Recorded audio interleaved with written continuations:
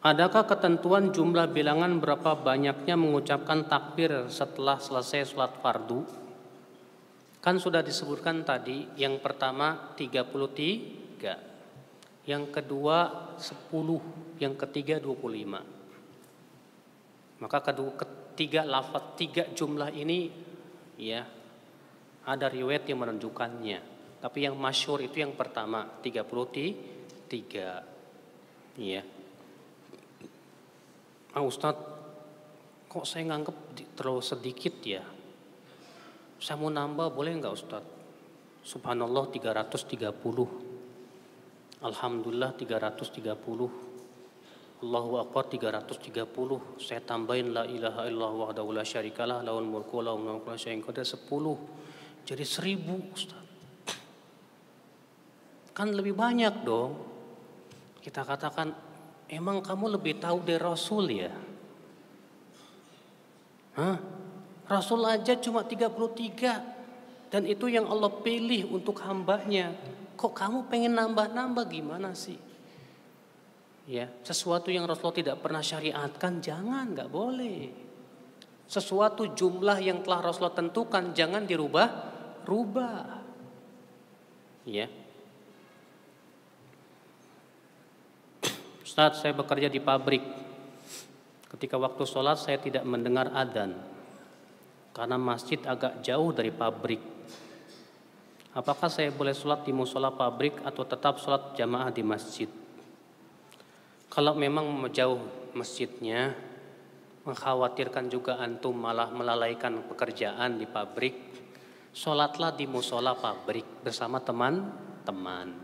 Itu lebih baik. Ya. Wajibnya kita datang ke masjid itu Pak, kalau terdengar adzan.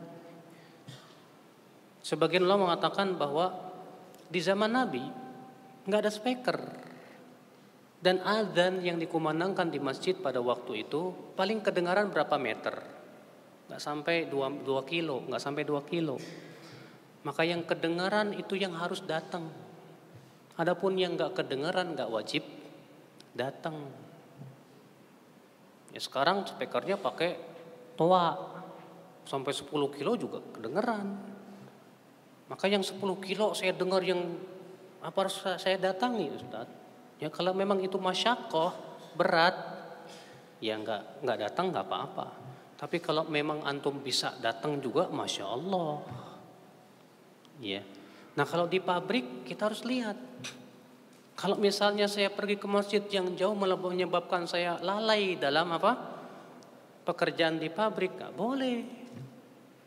Maka sholatlah berjamaah di musola pabrik bersama teman-teman, itu yang benar. Apakah ketika sholat hari raya Idul Fitri atau Idul Adha, takbir yang kedua sampai ketujuh kita mengangkat tangan atau tidak mengangkat tangan ya Ustadz? Ya. Atau membaca lafaz takbirnya saja. Ada satu riwayat yang menyebutkan bahwa Rasulullah SAW di sholat jenazah, Rasulullah SAW di sholat jenazah, yaitu beliau mengangkat tangan di rakaat pertama kemudian tidak kembali lagi. Tsumma la ya'ud. Sebagian mengatakan dikiaskan kepada sholat jenazah, sholat id, sehingga tidak perlu mengangkat tangan, cukup di takbir pertama saja. Namun kembali saya tidak setuju dengan tashihnya Syekh Albani terhadap lafaz tersebut. Saya lebih condong kepada tad'if, pendhaifan lafaz tersebut karena terjadi ya ittirab di situ. Ya. Yang kedua, ada riwayat dari para tabi'in bahwa mereka mengangkat tangan di setiap kali takbir. Masalahnya apa? Tidak ada dalil dari Rasulullah SAW. Apakah mengangkat tangan atau tidak? Jadi kalau tidak ada dalilnya, tapi ada contoh dari salafnya gimana?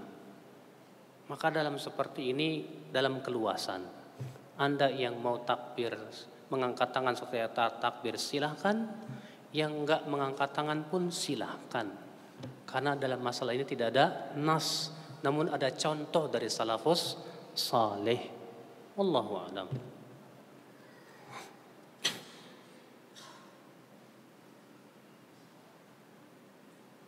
Ustadz, sholat id utamanya di tanah lapang atau di masjid? Tidak pernah sekalipun Nabi sholat id itu di masjid. Iya. Adapun riwayat yang menyebutkan bahwa Rasulullah SAW sholat id di masjid karena hujan, itu pun riwayatnya lemah.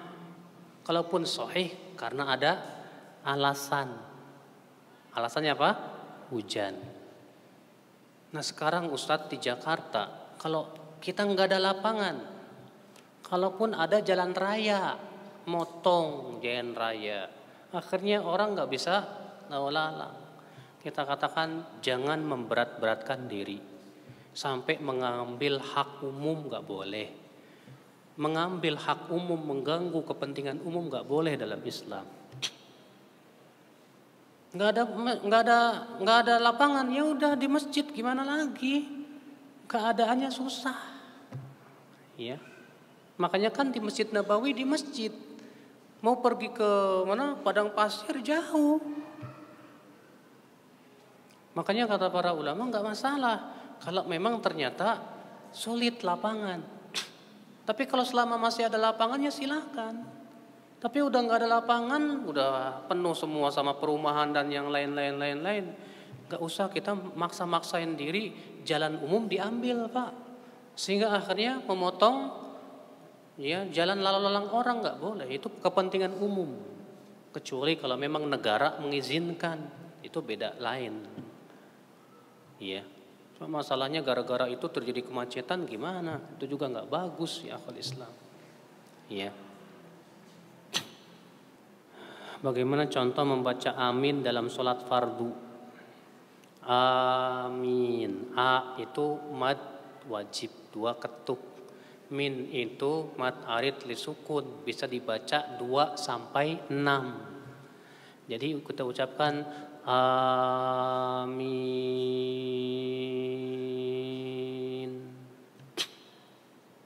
Ya, yang salah begini. Amin. Amin. Salah. Sebab kalau amin artinya apa? Orang yang amanah. Kalau amin artinya ya Allah kabulkan. Tapi kalau amin itu artinya orang yang amanah, bukan Allah ya Allah kabulkan, bukan. Atau kebalikan, amin. Ini pun salah. Sebab kalau amin artinya ya Allah amankan. Lihat Pak, gara-gara panjang pendek jadi berubah maknanya. Jadi ucapkan sesuai dengan tajwidnya. Amin. Min boleh 2, boleh 4, boleh 6. Ya. Ada Allahu Akbar, ada Subhanallah, ada La ilaha illallah, ada Subhanallah wa bihamdi, Subhanallahil azim. Apakah secara hakikatnya sama? Apa maksudnya hakikat di sini? Kalau yang dimaksud hakikat yang dipuji ya sama Allah juga gitu Pak. Tapi kalau yang dimaksud dengan hakikat maknanya ya beda. Allahu Akbar artinya Allah yang paling besar. Subhanallah artinya maha suci Allah. Alhamdulillah artinya segala puji bagi Allah. La ilaha illallah artinya tidak ada ilah yang berhak disembah kecuali Allah. Masing-masing mempunyai keistimewaan tersendiri. Ya. Tadinya saya mau membuat khusus semuanya takbir, tahmid, tasbih. Tapi saya mau potong-potong aja. Yang pertama renungan takbir. Nanti saya keluarin lagi renungan tasbih. Nanti saya keluarin lagi renungan tahmid. Ya kecil-kecil kan bisa dibawa kemana-mana Pak. Ya. Terkadang kalau kita baca buah kitab gede ya males. Karena orang Indonesia itu bacanya males Pak. Ya, kalau orang Jepang Masya Allah Pak, ya, walaupun mereka notabene non muslim, tapi kekuatan membacanya luar biasa Pak. Kita orang Indonesia maunya yang apa? Yang instan. Makanya makanannya juga instan semua, Pak. Ya. Baca buku pun juga maunya yang instan. Itu yang susahnya kita, Pak. Masing-masing memiliki derajat yang berbeda. Kalau ada mana yang derajatnya paling tinggi, Ustadz? Kata Rasulullah, afdalu dzikri la ilaha illallah. Zikir yang paling utama la ilaha illallah.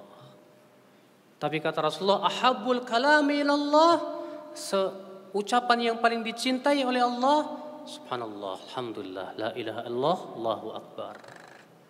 Rasulullah bersabda lagi, kalimatani habibatani khafifatani fil lisan, thaqilatani fil mizan, habibatani indar rahman. Dua kalimat yang ringan di lisan, berat di timbangan, dicintai oleh Allah yang Rahman. Subhanallahi wa bihamdih, subhanallahil azim. Iya. Jadi yang kita ucapin yang mana? Ya semua. Jangan sampai, Pak, ketika kita bertanya, Ustadz yang paling utama yang mana yang dari semua ini? La ilaha illallah. Saya la ilallah aja. Salah. Tapi ucapkan seluruhnya, Pak. Subhanallah, alhamdulillah, la ilallah, Allahu akbar. Kita ucapkan subhanallah wa bihamdi. Kita ucapkan la haula wa la quwata illa billah. Ucapkan semuanya. Iya. Karena itu pahalanya besar semuanya di sisi Allah Subhanahu wa taala. Iya. Adakah zikir setelah salat duha? Adalah Rasulullah SAW setelah salat duha mengucapkan Rabbighfirli wa tub alayya innaka antat tawwabur rahim 100 kali. 100 kali itu. Iya. Adapun setelah salat tahajud, Rasulullah setelah salat witir mengucapkan Subhanal Malikil Quddus, Subhanal Malikil Quddus, Subhanal Malikil Quddus. Berapa kali? 3 kali.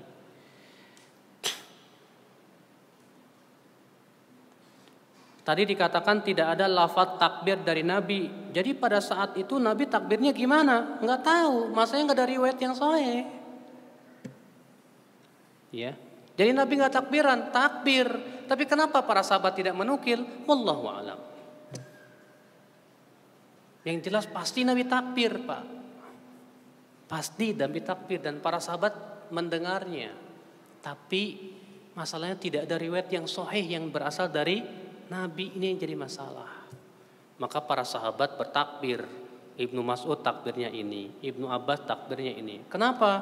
Karena lafaz ayat itu mutlak, bertakbirlah. Dah. Berarti takbir mana aja, fadhol, enggak masalah.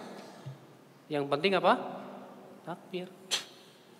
Justru, Pak, ketika tidak ada nas dari Rasulullah SAW jadi luas, Pak. Iya. Jadi apa? Jadi luas. Ustadz, sebelum masuk WC kenapa disunahkan baca bismillah? Kata Rasulullah, karena bacaan bismillah itu sitrun, penutup antara aurat manusia dengan pandangan jin. Jadinya jin gak bisa ngelihat aurat antum. Kalau antum gak baca bismillah, jinnya ngelihat. Jin tuh ada cewek ada cowok, sama, Pak. Jin perempuan bisa suka sama manusia laki-laki. Dan jin laki-laki bisa suka kepada jin manusia perempuan. Tapi jin gak ada LGBT, Pak.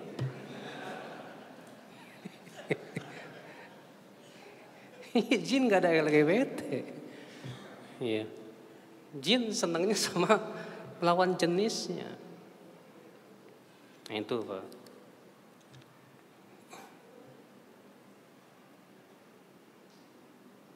Bagaimana caranya mengucapkan Allahu Akbar agar masuk ke dalam roh jiwa kita? Yaitu kita berusaha merenungkan tentang makna Allahu Akbar. Bagaimana kebesaran Allah Subhanahu wa taala yang sangat besar sekali. Insya Allah kalau kita renungkan sambil kita khusyuk, insya Allah itu akan terasa di hati kita, insya Allah. Ya.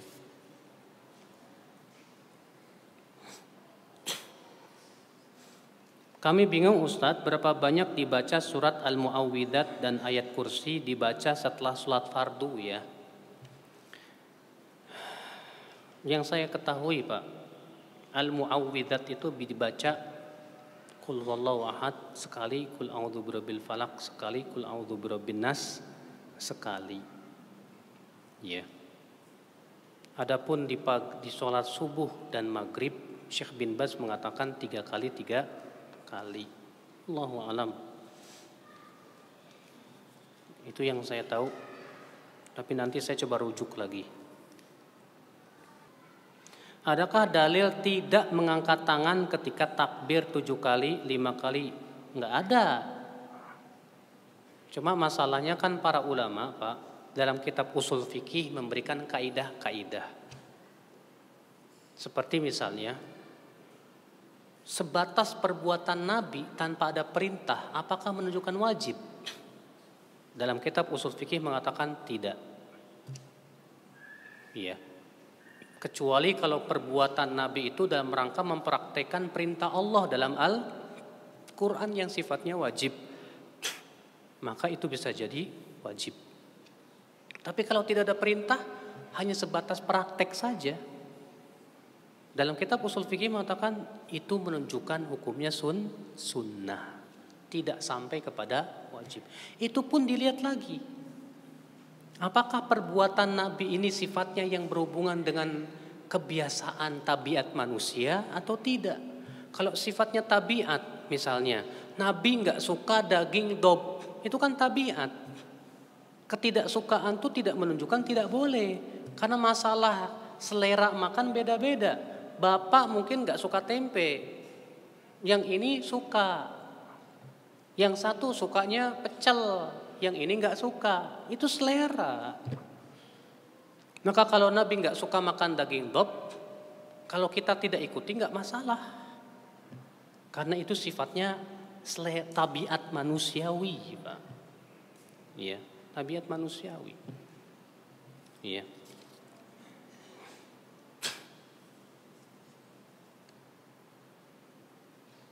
Adakah sunahnya takbir sebelum tidur? Wah, saya belum dapat dalilnya itu, Pak.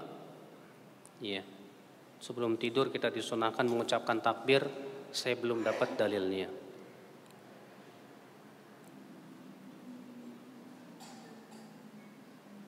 Ustadz, kita paham Allah Maha Besar, Ustadz. Tapi dalam mengamalkan perintah dan larangannya terkadang mikir-mikir takut resiko. Gimana ya Ustadz ya? Ya, kenapa sih harus mikir-mikir? Takut rugi dunia. Rugi dunia kecil, Pak, dibandingkan rugi akhirat. Kalau kita di dunia rugi, udah selesai. Di akhirat jangan sampai rugi lagi. Rugi dunia akhirat, waduh, ini yang paling naudzubillah, nasallallahu alaihi. Yang kedua, setan menakut-nakuti. Kata Rasulullah, Allah berfirman dalam surat Ali Imran apa? Innama dzalikumus syaitanu yukhawwifu awliya'ah. Sesungguhnya itulah setan menakut-nakuti wali-walinya sendiri. Jadi ketika kita mau mengamalkan perintah Allah, ditakut-takuti. Nanti kalau kamu melakukan ini bakalan begini. Itu ketakutan yang tidak beralasan sebetulnya. Iya. Yang ketiga, Pak, orang yang lebih takut daripada takut kepada Allah, keadaannya seperti tadi. Ini kata Syekh Fauzan bisa masuk kepada syirik kecil. Bisa masuk kepada apa? Syirik kecil. Aduh, saya takut kehilangan pekerjaan kalau begini. Iya, jangan. Rasa takut seperti ini, Pak, gak boleh. Kecuali kalau Bapak misalnya mau melakukan itu karena takut menimbulkan mudorot yang lebih besar. Kalau ini gak masalah. Dan diduga kuat akan terjadi. Mudorotnya jauh lebih besar. Atau misalnya ada maslahat yang lebih besar. Selama itu perkara yang sifatnya sunnah gak masalah. Tapi kalau itu perkara yang wajib, jangan ditinggalkan. Jangan ditinggalkan. Maka di sini juga kita harus melihat maslahat dan mafsadah juga terkadang Pak ya. Tapi kalau hanya sebatas ketakutan yang tak beralasan, ini jangan jadikan sebagai sebuah apa? Patokan ya. Ustadz, kalau muadzin suka pacaran, itu adzannya sah nggak ya Ustadz? Ya sah lah Pak, yang dosa pacarannya. Ya, asal jangan adzan sambil pacaran gitu. Ya, pacaran nggak boleh, haram. Tapi kalau dia jadi muadzin, ya adzannya sah. Selama apa? Selama ikhlas mengharapkan wajah Allah. Yang kedua, cara adzannya yang benar. Tapi kalau adzannya salah, jam 11 udah adzan. Lo mas kok jam 11 udah adzan? Rupanya ngelindur. Ini salah. Atau makharijul hurufnya enggak benar, akhirnya berubah maknanya. Ini pun sebagian ulama mengatakan enggak sah adzannya. Iya. Berarti kalau sendawa apa yang diucapkan Ustadz enggak ada ucapan. Enggak ada ucapan apa-apa. Karena siapapun yang mengatakan sendawa itu ucapannya alhamdulillah, bawa dalil. Dzikir habis sendawa, enggak ada dalilnya, masalahnya Pak. Jadi enggak perlu diucapan, enggak perlu. Iya. Ya. Mendirikan serikat pekerja atau menjadi anggota serikat pekerja dalam suatu perusahaan boleh apa enggak? Tergantung tujuannya apa. Kalau ternyata tujuannya adalah melanggar, ya tidak sesuai dengan syariat Allah Azza wa Jal, ya, maka tidak boleh. Tujuannya apa dulu kita lihat, ya. Innamal a'malu bin niyat. Kalau tujuannya supaya tidak ada pekerja yang dizolimi oleh perusahaan, artinya untuk menegakkan keadilan. Tapi keadilan sesuai syariat apa sesuai kamu? Dilihat lagi gimana aturannya. Tetap harus ditimbang oleh ya syariat.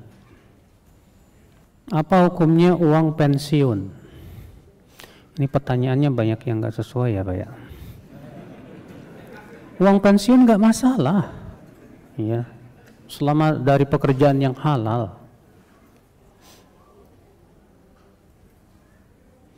Tentang rukun ibadah ada dua. Apakah urutannya sudah menjadi ketetapan atau ada yang perlu diutamakan? Dua-duanya harus ada. Namanya juga rukun. Kalau rukun harus dua-duanya apa? Ada. Ya, nggak boleh salah satunya saja, nggak boleh.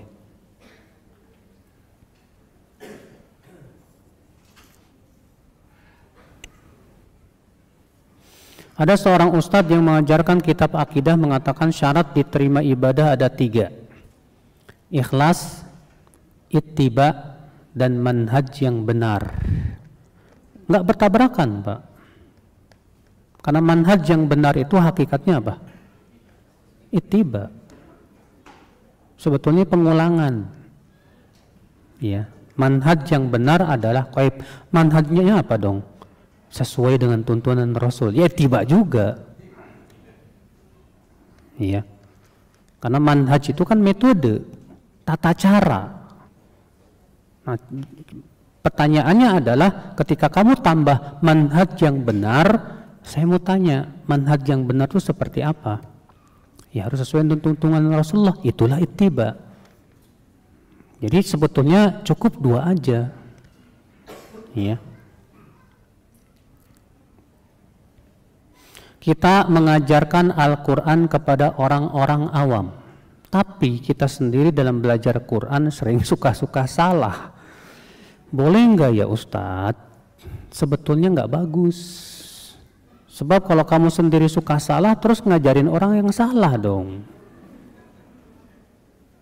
Makanya hendaknya pengajar itu sudah diuji oleh seorang yang memang ahli, bahwa kamu memang sudah berhak mengajar. Adapun kalau dia sendiri ngajar tapi pas belajar salahnya banyak banget, ya. Terus apa selama ini yang diajarkan kepada orang lain? Pasti kesalahan juga. Maka siap-siaplah dia menanggung dosa orang banyak. Ya. Apabila telah hilang nikmat ibadah, apakah ini musibah? Berat musibahnya ini, Pak. Iya. Berat musibahnya, Pak. Kenapa? Karena hilangnya kenikmatan ibadah itu akibat maksiat. Akibat apa? Maksiat. Iya. Ada sesuatu di hati kita yang lebih indah dari ibadah. Iya. Maka kalau kita kehilangan nikmat ibadah, segera kita istighfar, minta ampun kepada Allah Subhanahu wa taala. Iya. Banyak. Pasti itu akibat dosa, pasti itu, Pak. Jangan dibiarkan. Maka kita berusaha introspeksi diri. Lalu kita minta ampun kepada Allah dan bertaubat. Dan terus berusaha. Namun tentunya, Pak, terkadang ada masa-masa ibadah itu masa-masa futur. Antum misalnya di awal-awal ibadah luar biasa semangat banget. Sampai khusyuk banget. Kalau baca Quran sampai meneteskan air mata, semangat Masya Allah. Lama-lama ada masa apa? Futur. Nah, masa futur ini yang harus kita manage. Banyak orang saat futur itu membiarkan yang akhirnya hilang sama sekali. Tadinya suka baca Quran, sekarang senang baca koran. Lah kan Masya Allah, rugi banget, Pak. Makanya kata Rasulullah SAW apa? Faman kanat fatratuhu ila sunnah faqad ihtada. Siapa yang masa futurnya kepada sunnah, sungguh ia telah dapat hidayah. Waman kanat fatratuhu ila ghairi dzalik faqad halak. Dan siapa yang masa futurnya bukan kepada sunnah, ia telah binasa. Nah, disinilah ya ketika kita sudah mulai kok hambar ya. Sebelumnya saya Masya Allah. Nah, ini kita harus bisa memotivasi diri, Pak.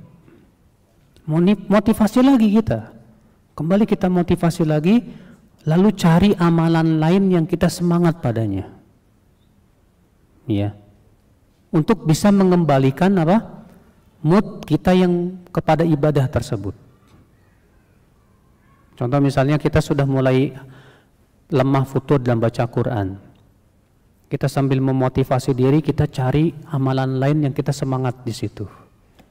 Ya. Apa contohnya salat tahajud atau puasa sunnah atau zikir dan yang lainnya. Nah, nanti kembali moodnya lagi, kembali lagi kepada baca Al-Quran sambil mengamalkan yang lainnya juga. Bagus. Ya. Karena masalahnya saudaraku yang dikhawatirkan itu adalah berpindah dan tadinya terbiasa di atas kebaikan pindah kepada yang lain. Ini yang binasa, Pak. Tadinya suka baca Quran, sekarang suka baca koran. Tadinya yang suka suka sholat tahajud, sekarang ganti nonton sepak bola. Itu kan mengerikan. Ini yang kita khawatirkan itu, ya.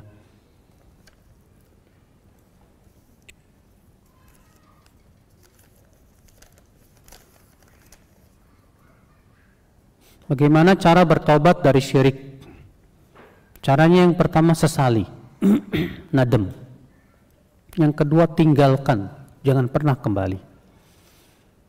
Dan yang ketiga bertekad bulat tak akan pernah balik lagi. Iya, karena syirik ini dosa yang tidak diampuni oleh Allah, Pak. Orang yang mati di atas kesyirikan, jangan pernah berharap masuk surga. Karena orang yang mati di atas kesyirikan selama-lamanya dalam api neraka. Allah berfirman, "Innahu may yusyrik billah faqad harramallahu 'alaihil jannah." Sesungguhnya siapa yang mempersekutukan Allah, sungguh Allah haramkan surga untuk dia. haram masuk surga. Mengerikan. Ya. Seperti pernah ke dukun atau profesi sebagai dukun. Waduh. Segera taubat, tinggalkan perdukunan. Dan jelaskan kepada manusia bahwa perdukunan itu haram dalam Islam. Dan pernah pasang susuk. Apakah susuknya harus dibuang dulu? Caranya gimana? Caranya datang ke dukun. Lah. Datang ke dukunnya sendiri sudah dosa besar, Pak. Jadi gimana dong? Sebetulnya kalau kita taubatnya dengan taubat yang nasuh, susuk tuh keluar sendiri. Pengalaman dari beberapa ya ikhwah kita yang pasang susuk begitu. Ya, ketika dia memang berat, jinnya itu terus mengganggu, terus mengganggu, terus dia nggak rela. Tapi ketika kitanya kuat dalam taubat, lama-lama hilang. Iya.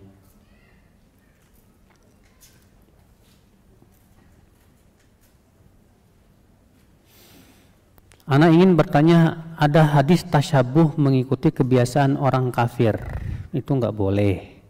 Apa benar ada hadis yang mengatakan bahwa Rasulullah pernah ngikutin cara nyisirnya orang Yahudi? Pernah, cuman Rasulullah setelah itu selisihi. Tadinya Rasulullah sisa-sisanya ke belakang. Kemudian untuk menyelisih orang Yahudi akhirnya Rasulullah belah dua. Iya. Rasulullah bersabda apa? Khaliful kuffar, selisihilah orang-orang kafir. Itu perintah Rasul. Ya. Walaupun menyisir boleh tidak, Pak? Boleh. Tapi cara nyisirnya kita jangan ngikutin gaya nyisirnya orang kafir. Ya. Begitu. Pembahasan tentang tasyabuh panjang, Pak. Ya. Ada kaidah-kaidahnya di sana.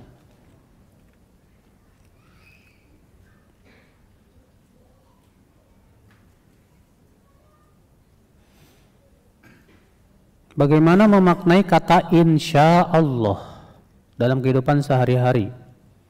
Kadang akan terlihat meyakinkan orang yang ngajak dia mengatakan insya Allah padahal nggak ingin. Ada seorang ulama salaf yang bernama Al-Imam Al-Auza'i. Beliau termasuk kategori tabi'ut tabi'in. Beliau mengatakan orang yang mengatakan insya Allah dan di hatinya tidak akan melakukan, ini termasuk perangai kemunafikan. Ya, ini termasuk perangai apa? Kemunafikan. Ya. Jangan permainkan kata insya Allah. Kalau kamu memang merasa yakin gak bisa datang, terang-terangan aja. Ketika ada yang ngajak, afwan akhi ana gak bisa, udah selesai. Adapun antum sudah berniat insya Allah tapi niatnya gak mau datang, ini ya perangai munafik, ya gak bagus, malah menyakiti hati orang lain, ya. Akhirnya lama-lama orang nggak percaya lagi ucapan insya Allahnya antum. Setiap kali antum mengucapkan insya Allah, apa katanya? Jangan insya Allah deh, yang benar. Padahal Pak, Allah memerintahkan kita setiap kali kita mengucapkan sesuatu, ya, bahwa kita akan melakukan besok misalnya, Allah perintahkan kita untuk mengucapkan apa? Insya Allah. Allah berfirman wala taqulanna li syai'in dalam surat Al-Kahfi itu. Ya, jangan kamu sekali-kali mengucapkan ya inni fa'ilun dzalika ghadan, bahwa aku akan melakukan besok, illa ayyasha Allah, kecuali dengan mengucapkan insya. Dilarang sama Allah kalau tidak mengucapkan apa? Insya Allah. Ya. Makanya sebagian ulama mengatakan apa? Ucapan insya Allah termasuk janji. Termasuk apa? Janji. Kalau orang Saudi beda dengan orang Indonesia, Pak. Orang Indonesia kalau mengucapkan insya Allah artinya nggak datang. Kalau orang Saudi beda Pak.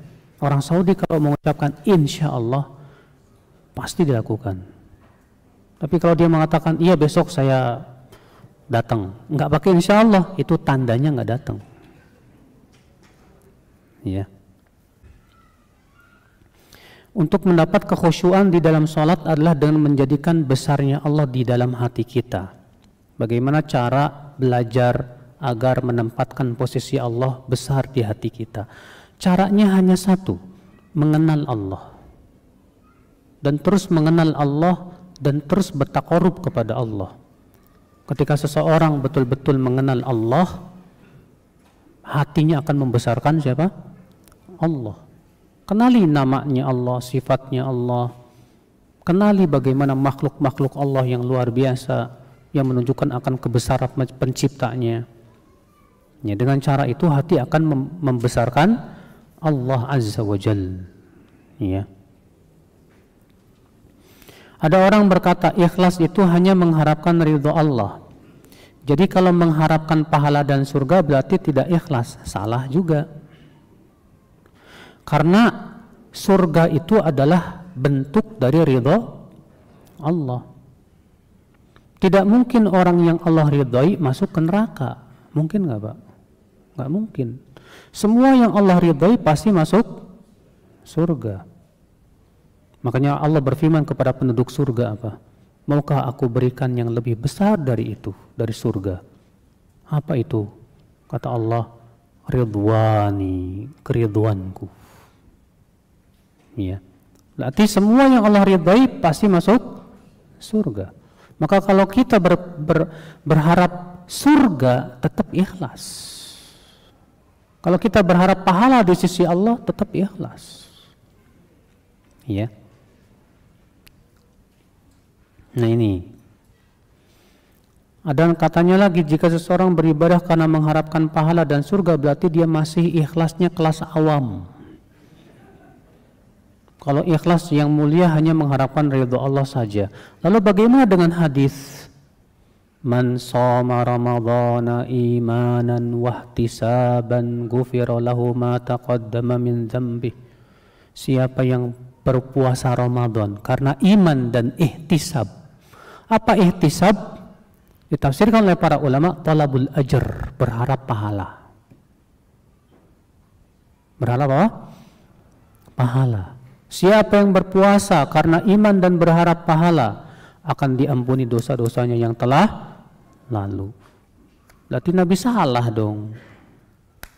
Ya, ketika mengucapkan itu.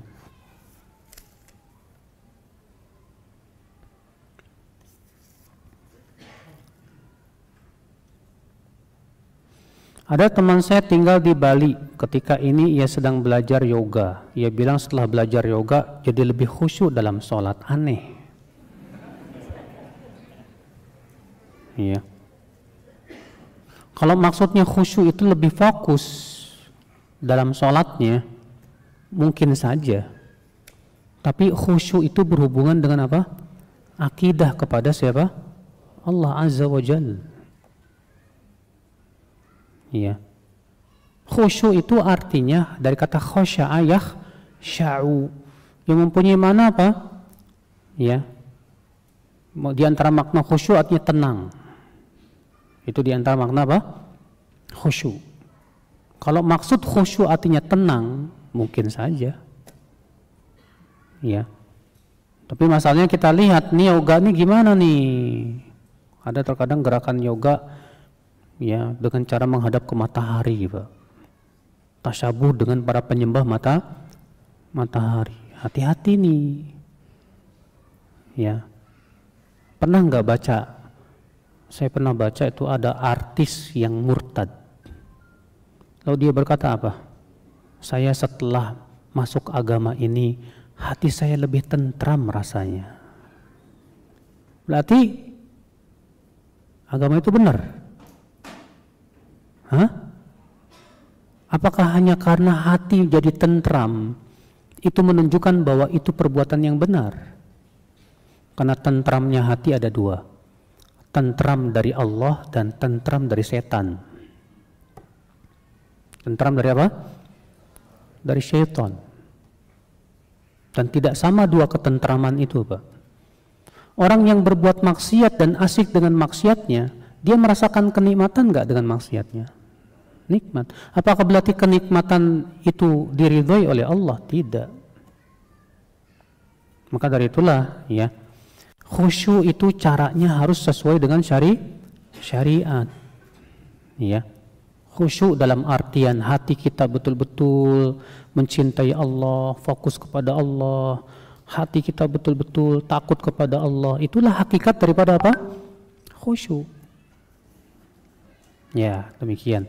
Baik, saya kira cukup, Pak. Semoga yang saya sampaikan bermanfaat. Mohon maaf bila ada ya kata-kata yang tak berkenan di hati. Yang benar semuanya dari Allah dan yang salah itu dari kelemahan ilmu saya.